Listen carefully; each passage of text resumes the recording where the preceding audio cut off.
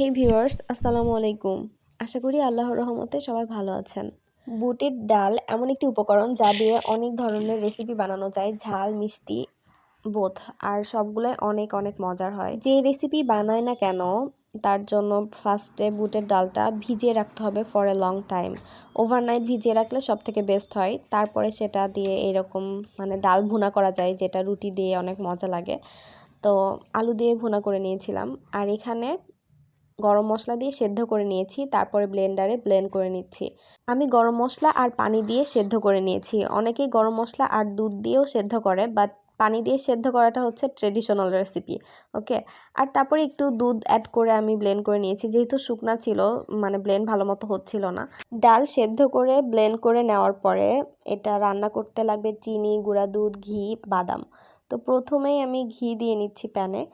আসলে অল্প অল্প করে ঘি দিয়ে নিব। এখানে আমি সাদা এলাচ দিয়ে দিয়েছি, আর সেদ্ধ করার সময় কিন্তু আমি দারচিনি আর তেজপাতা দিয়ে সেদ্ধ করেছি। আর ব্লেন্ড করার আগে সেগুলো গোটা মশলাগুলো তুলে ফেলে দিয়ে তারপর ব্লেন্ড করেছি, কারণ এগুলো দাঁতের নিচে পড়লে ভালো লাগে না। ফ্লেভারটা পেয়ে গিয়েছি, দ্যাটস ইট। এই ভেজানো ডাল দিয়ে আমি 4টা রেসিপি করব: হালুয়া, কাবাব, বরফি, ভুনা। বাট সব রেসিপি এই ভিডিওতে শেয়ার করা হচ্ছে না।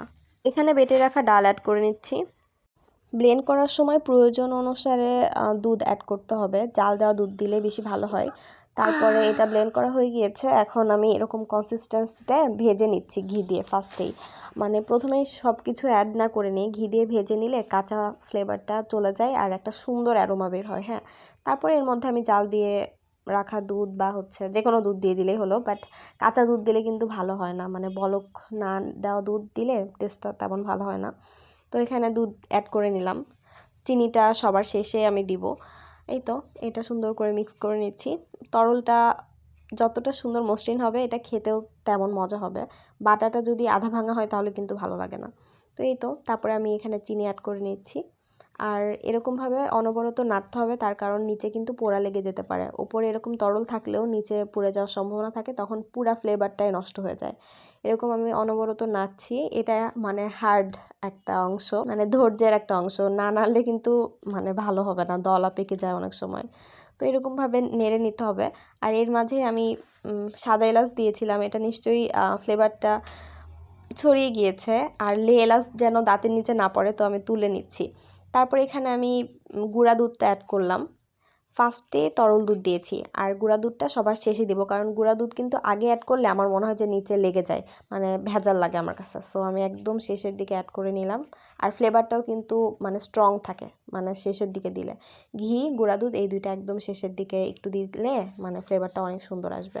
তো এরকম নাড়তে নাড়তে যখন দেখা যাবে যে প্যান থেকে সরে সরে আসছে, স্টিকি ভাবটা চলে গিয়েছে, একটা ইন্ডিভিজুয়াল ভাব চলে আসে, সেই সময় বোঝা যাবে যে ওকে, ইটস ডান।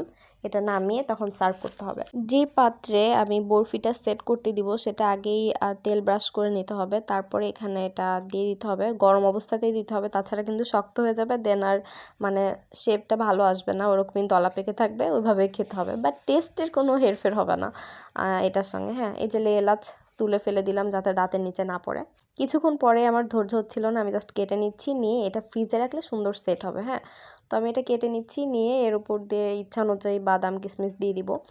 আর আরেকটা বিষয়, রান্নার সময় কিন্তু এই যে যখন দুধ অ্যাড করা হয় বা গুঁড়া দুধ, ঘি এগুলো দেওয়া হয়, এই সময় যে কোনো একটা সময় ভাজা বাদাম দিয়ে দিলেই হয়ে যাবে, কিশমিশ বা ভাজা বাদাম। যেহেতু আমার একটা ছোট বেবিন আছে, বেবিনের জন্য অলওয়েজ এরকম বাদাম বা এরকম দানাদার বাদাম দাঁতের নিচে পড়লেও হয়তো পছন্দ করবে না।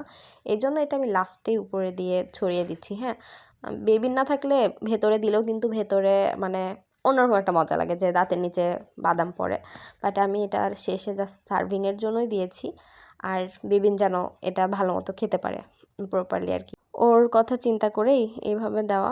তাছাড়া তো রান্নার সময়ই দিয়ে দিতাম গুঁড়া, তাহলে বেশি ভালো হতো।